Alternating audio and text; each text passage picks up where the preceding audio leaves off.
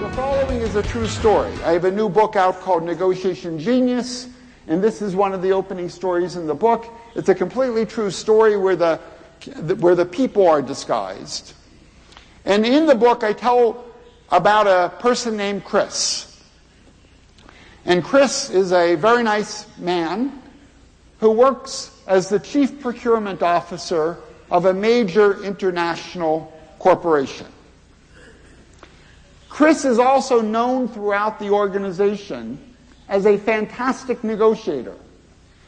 I've met many people throughout this corporation who tell me about the amazing things that Chris has done.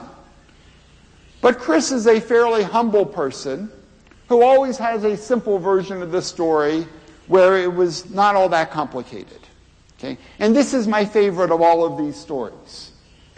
This multinational corporation had a procurement team, a buying team, in Italy, and they had identified a small Italian firm that made a chemical product. And what this chemical could do is that you put the chemical into a mix of shampoo, and no human being using that shampoo will ever have dandruff. And the chemical is completely safe. So the multinational corporation wants to buy essentially all that this small company in Italy can make. And they reach agreement on just about everything, which includes about $18 million a year, and it includes the multinational buying all the chemical that the company can make. And the deal's falling apart over one issue. And the one issue is exclusivity. The multinational wants to be the only company that can buy the chemical. And the reason they want the exclusivity is to have a competitive advantage against other large corporations who, if they got a hold of the chemical, could put it into their shampoo, and the competitive advantage of no dandruff would be gone. The small Italian firm is just consistently emphasizing, it doesn't matter how long we sit here, we're never going to give you exclusivity. We want to do a deal with you. Okay? We don't have any discussions going on with your competitors, but we'll never give you exclusivity. And the deal's about to fall apart, and the procurement team for the multinational calls Chris. Chris is sitting across a big ocean near a big city in his office, and the message is, the shampoo deal is falling apart. Get on the next plane to Milan. Chris, being a very good corporate citizen, quickly packs a bag and heads to the airport, flies to Milan, arrives the next morning. A car is waiting for Chris, drives him for 80 miles to the plant facility, and he arrives, and there's an argument going on, and not surprisingly, the argument has to do with exclusivity.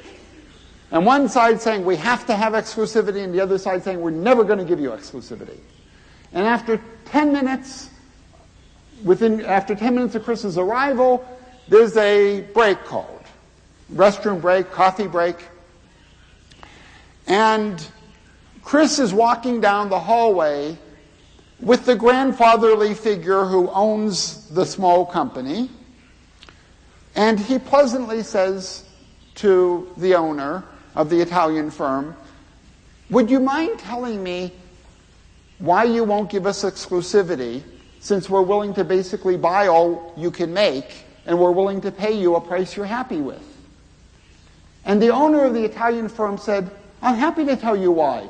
If I gave you exclusivity, my entire family would be mad at me. Why would they be mad at you?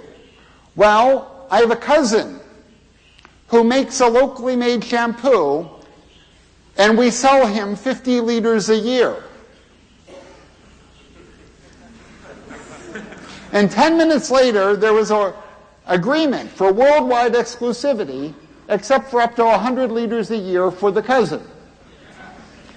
Now, the procurement team, who had been in Italy for weeks, tells me about the amazing investigative work that Chris did to figure this out. Chris, who's a very nice, humble man, basically tells the story in the form of, I can't believe I flew across the ocean twice to simply ask, why won't you give us exclusivity? But what I want to highlight about this story in a serious way is that there were already successful professionals there who never asked the simplest question of why. The other side didn't even mind answering it. Okay? But you need to know what it is that you don't know about the other side. Ask that information and ask it in a way that increases their likelihood of giving you the answer.